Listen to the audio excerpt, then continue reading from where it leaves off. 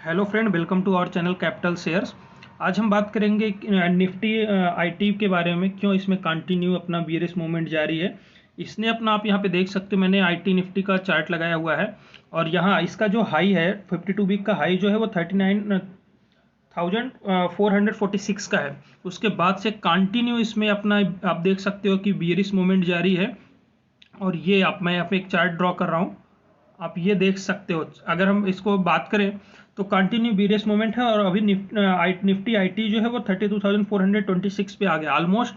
बहुत ही बड़ी गिरावट है और इसने अपना जो ये सपोर्ट लेवल है, आप यहाँ पे देख सकते हो, ये जो सपोर्ट लेवल है इसका, इस सपोर्ट लेवल को भी इसने ब्रेक कर दिया है। तो अभी एज ए इन्वेस्टर हमें यहाँ पे, रिटेल इन्वेस्टर, क्या हमें यहाँ पे लॉन्ग टर्म के लिए बाय करना चाहिए, शॉर्ट टर्म के लिए बाय करना चाहिए, क्या यहाँ पे और करेक्शन हो सकता है, उसके बारे में हम डिटेल से जानेंगे। कुछ पैरामीटर्स हैं जिसको मैं डिस्कस करता हूँ वन बाय वन। रीजन क्या है जिसकी वजह से आईटी निफ्टी में कंटिन्यू गिरावट है। तो जो सबसे बड़ा रीजन है वो रीजन है कि जो यूरोपियन कंट्री में ग्लोबल यील्ड के लिए जो एक मूवमेंट देखने को मिल रहा है कि जो एक्सपेक्टेड है कि बहुत ज़्यादा इन्फ्लेशन बढ़ रहा है, उसकी वजह से गवर्नमेंट बॉन्ड जो है वो अपना इंटरेस्ट रेट बढ़ाने वाले हैं, जिसकी वजह से जो सेफ रिस्क है फ्री रिटर्न का, अगर वो पहले 5% का था तो अभी वो जो है 5% से जो था वो अभी 7% हो गया, जिसकी वजह से स्टॉक मार्केट का एक्सपेक्टेशन रिटर्न जो है वो 21% तक बढ़ जाता है। और इस एक्सपेक्टेशन पे जो एफआईआई और डीआईआई हैं, जो फॉरेन इंस्टीट्यूशनल इन्वेस्टर्स हैं, उनको ऐसा लगता है कि आईटी सेक्टर बहुत ही लॉकडाउन के टाइम पे बहुत ही ज़्यादा रन कर चुका है, सबसे ज़्यादा रन किया था एक टाइम पे। मल्टी बैगर्स काफ़ी सारे दिए थे इसने, बहुत ही ज़्यादा रिटर्निंग दिए थे कई सारे शेयर्स आईटी के।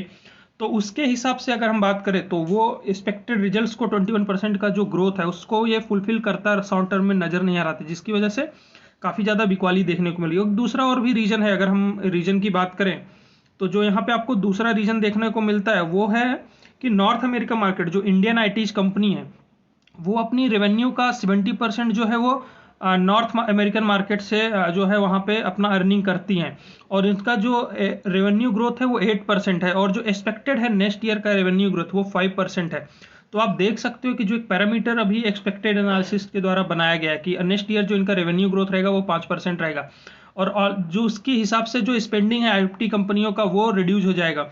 और जो इसका डायरेक्ट इम्पैक्ट पड़ने वाला है आईटी कंपनियों के रेवेन्यू और प्रॉफिट ग्रोथ पे पड़ना है। तो एज ए इन्वेस्टर जो हम सबसे पहले देखते हैं कि कौन सी कंपनी कितना रिटर्न देती है, कितना प्रॉफिट ग्रोथ देती है, वो हमारे लिए सबसे इंपॉर्टेंट पैरामीटर होता है। जब हम किसी कंपनी में इन्वेस्ट करते हैं तो सबसे पहले जो रहता है कि हम ये देखते हैं कि हमको रेवेन्यू के फॉर्म में या फिर प्रॉफिट ग्रोथ के फॉर्म में कितना रिटर्न देती है, जिसकी वजह से उसका शेयर प्राइस डिसाइड होता है, अर्निंग पर शेयर डिसाइड होता है और वो लॉन्ग टर्म में अपना पोटेंशियल मल्टीबैगर और गुड रिटर्न आपको देता है। तो अभी हम आगे और भी डिस्कस करेंगे। अगर आपको ये वीडियोज अच्छी लगा है तो आप प्लीज़ चैनल को सब्सक्राइब कर दीजिए और साथ ही साथ बेल आइकन दबा दीजिए और ज़्यादा से ज़्यादा वीडियोज़ को इसको लाइक करिए। इसके अलावा एक जो और है डाउट जो हमको रियलिटी में दिख रहा है, तो अभी अगर हम बात करें तो जो उन्होंने फॉरेन इंस्टीट्यूशनल इन्वेस्टर्स ने सेल आउट किया है, म्यूचुअल फंड्स ने, आप यहाँ पे देख सकते हो कि 13% जो है उन्होंने अपना स्टेक सेल किया हुआ है, ट्रिम किया हुआ है। डोमेस्टिक इंस्टीट्यूशनल इन्वेस्टर्स जो हैं वो भी लगातार अपनी होल्डिंग्स को सेल कर रहे हैं और अराउंड 28,000 करोड़ का इस क्वार्टर में सिर्फ आईटी सेक्टर से सेल आउट हुआ है, जिसकी वजह से ये जो 39,400 का गैप है अभी वो 32,000 निफ्टी का इंडेक्स आ गया है।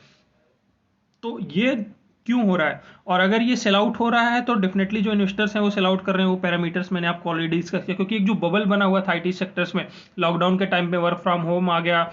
और उसके अलावा भी एक बड़ा रीजन है जो हम डिस्कस करेंगे कि बहुत सारे एम्प्लॉयज जो हैं वो छोड़ के जा रहे हैं अपनी आईटी कंपनियों को। आईटी कंपनियों को ऐसा लगता है कि एक एक्सपीरियंस बंदे के कंपेयर में वो 4 नए फ्रेशर बंदे को हायर कर सकते हैं। बट इसका लॉन्ग टर्म इफेक्ट ये पड़ता है कि जब आपके पास से अच्छे एम्प्लॉयज चले जाते हैं, आपके स्किल्ड एम्प्लॉयज चले जाते हैं, तो आपका डेफिनेटली जो प्रोजेक्ट रहता है वो हैम्पर होता है। तो जिसकी वजह से जो और दूसरा जो सबसे बड़ा रीजन है कि आईटी सेक्टर का जो लास्ट 2 ईयर का है वो बहुत ही वर्स्ट क्वार्टर्स गए हुए हैं। ये कई सारे रीजन्स हैं जो आईटी सेक्टर को डायरेक्ट हैम्पर कर रहे हैं।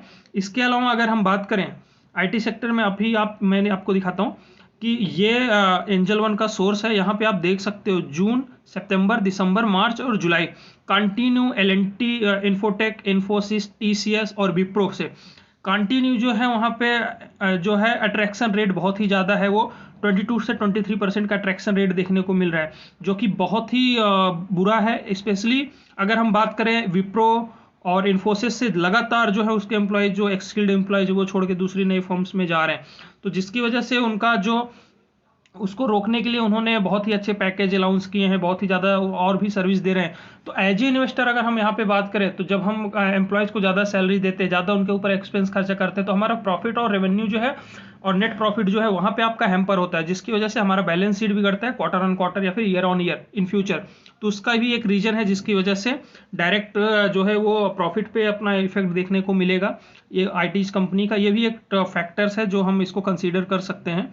इसके अलावा अगर हम बात करें फैक्टर इनमें, अभी मैं यहाँ पे आपको एक चार्ट दिखाता हूँ। ये चार्ट है रिटेल इन्वेस्टर है। अगर हम बात करें FIIs और DIIs जो सेल कर रहे हैं और वो सेल आउट जो है वो जा किधर रहा है, तो अगर हम बात करें वो सेल आउट जो जा रहा है, वो सेल आउट जा रहा है, आप देख सकते हो यहाँ पे मार्च क्वार्टर और दिसंबर क्वार्टर का रिजल्ट है, आप जूम करके देख सकते हो। हैप्पीएस्ट माइंड में बाइंग हुई है, KPIT टेक्नोलॉजी में बाइंग हुई, NIT में बाइंग हुई है, बिरला सॉफ्ट में बाइंग हुई है, जेंसर टेक्नोलॉजी में बाइंग हुई, FL में बाइंग हुई है, ओरिकल में बाइंग हुई है, TCS में बाइंग, विप्रो में और एम्फेसिस में बाइंग हुई है। तो ये सारे जो शेयर्स है, इसमें से कई शेयर्स ऐसे हैं जो हम न्यूज़ में देखते हैं कि मल्टीबैगर्स हो गए, जैसे कि KPIT हो गया, जेंसर टेक्नोलॉजी हो गया, बिरला सॉफ्ट हो गया, FL हो गया।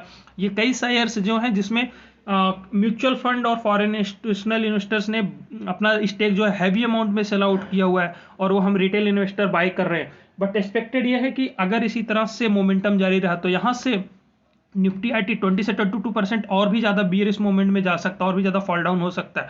तो हमें वेट करना चाहिए एटलीस्ट एक कंटिन्यू, हमको एक जो स्ट्रॉन्ग रनअप है, एक स्ट्रॉन्ग रेजिस्टेंस है, जब तक उसको ब्रेकआउट नहीं करता है तब तक हमें एटलीस्ट वेट करना चाहिए। यहाँ पे हमको फ्रेश बाय नहीं करना चाहिए, और जिन्होंने हायर लेवल पे बाय करके रखा है वो एक्यूमुलेट कर सकते हैं क्योंकि उनके पास ऑप्शन नहीं है निकलने का। बट हाँ, अगर थोड़ा बहुत लॉस है, अगर वो और भी ज़्यादा अच्छे शेयर्स उनको मिल जाते हैं तो वहाँ पे प्रॉफिट बुक करके और भी शेयर्स में वो लगा सकते हैं। इसके अलावा आप देख सकते हो कि ब्रोकरेज फ्रॉम ICICI सिक्योरिटीज जो है उन्होंने भी डाउनग्रेड किया हुआ है IT फर्म्स को। Nifty IT should now start under performing, Nifty 50 से भी कंपेयर में अंडर परफॉर्मिंग होगा। उसका जो रीजन उन्होंने दिया हुआ है, उनका रेवेन्यू ग्रोथ जो है वो स्लो है, मार्जिन जो है उनका स्लो रहेगा, और इसका जो वैल्यूएशन है वो ऑलरेडी इवेल्युएट हो गया है। इसके अलावा जो माइक्रो इन्वायरमेंट बन रहा है, वीक बन रहा है ITs कंपेयर में, अभी इन्फोसिस जो है वो वहाँ से रसिया यूक्रेन वार के थ्रू रसिया को छोड़ दिया, जो कि बड़ा मार्केट है।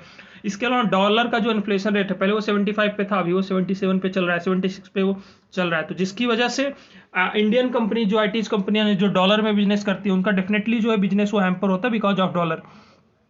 तो ये कई सारे रीजन्स हैं जिसको आप देख सकते हो। और इसके अलावा अगर हम बात करें IT सेक्टर में, तो शॉर्ट टर्म में जो हमें लगता है कि ग्रोथ जो रहेगा वो स्लोअर रहने वाला है। शॉर्ट टर्म में और भी ज़्यादा फॉल और क्रैश आ सकता है। बट हाँ, लॉन्ग टर्म के लिए आप अगर इंटेंट है, लॉन्ग टर्म के लिए अगर आप चाहें तो यहाँ पे वैल्यू बाइंग कर सकते हैं। लॉन्ग टर्म परस्पेक्टिव अगर आप 20 से 25% का फॉल डाउन एक्सपेक्ट करते हैं और उतने झेलने की क्षमता रखते हैं अपने पोर्टफोलियो को, तो डेफिनेटली ये बहुत ही अच्छी अपॉर्चुनिटी, क्योंकि बिना IT के कोई भी चीज़ें रन करने वाली नहीं। आजकल सब कुछ IT पे डिपेंड हो गया है। But definitely as a investor हमें एक वैल्यू इन्वेस्टिंग करनी चाहिए, तो उसके हिसाब से ये अभी सिनेरियो बन रहा है।